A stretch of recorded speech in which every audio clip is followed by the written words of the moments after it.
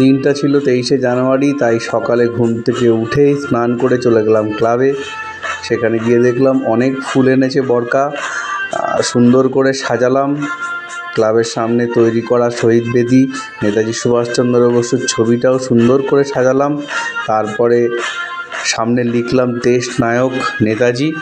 এরপরে শুরু হলো আমাদের মেন অনুষ্ঠান।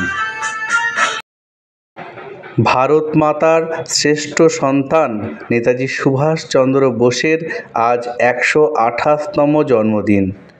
আমরা সকলে ক্লাবের সামনে উপস্থিত হয়েছি তার জন্মদিন পালন করব। সারা ভারতবর্ষ আজ এই 23শে জানুয়ারি দেশপ্রেম দিবস হিসেবে পালন করছে। আমরা প্রথমে আমাদের জাতীয় পতাকা উত্তোলন করব। পতাকা উত্তোলন করবে আমাদের ক্লাবের সম্পাদক কুণাল চক্রবর্তী।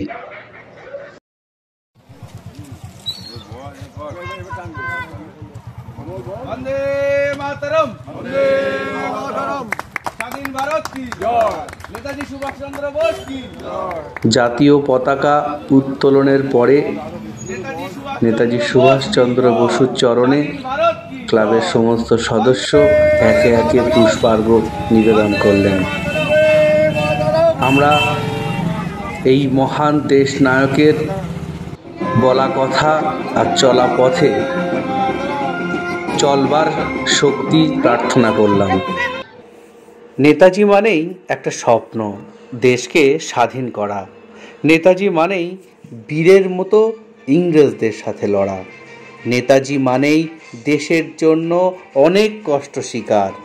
নেতাজি মানেই ইংরেজদের সব পরিকল্পনাই বেকার। নেতাজি মানেই দেশপ্রেম আর দেশকে ভালোবাসা। নেতাজি মানেই লড়াই করে স্বাধীনতা নিয়ে আসা।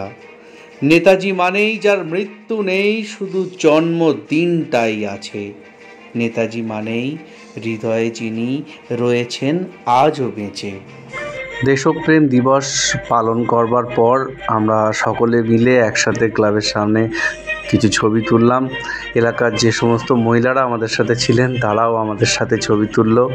তারপর আমরা বাচ্চা থেকে আরম্ভ করে সমস্ত মানুষের জন্য ক্লাব থেকে বিস্কুট আর লজেন্স বিতরণ করলাম। এরপর আমরা যে যার কাজে বাড়ি গেলাম। নেতাজি সুভাষচন্দ্র বসু অমর রহে, তোমায় আমরা ভুলছি না, ভুলব না।